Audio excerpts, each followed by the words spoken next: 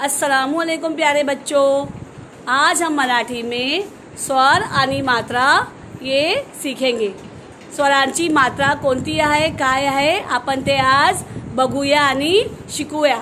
चला मुलांनो, तुम्ही तयार आहात की नाही? आहोत। हाँ, चला तर चला बघूया। चला वाचा। हे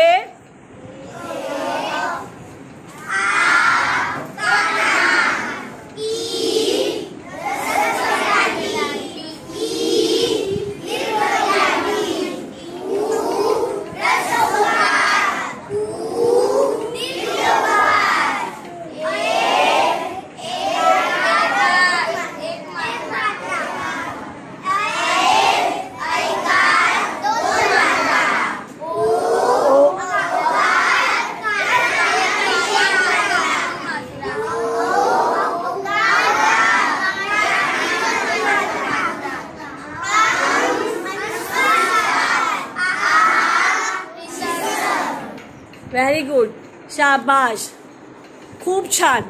तर तुम्हाला समजलं ना? हाँ।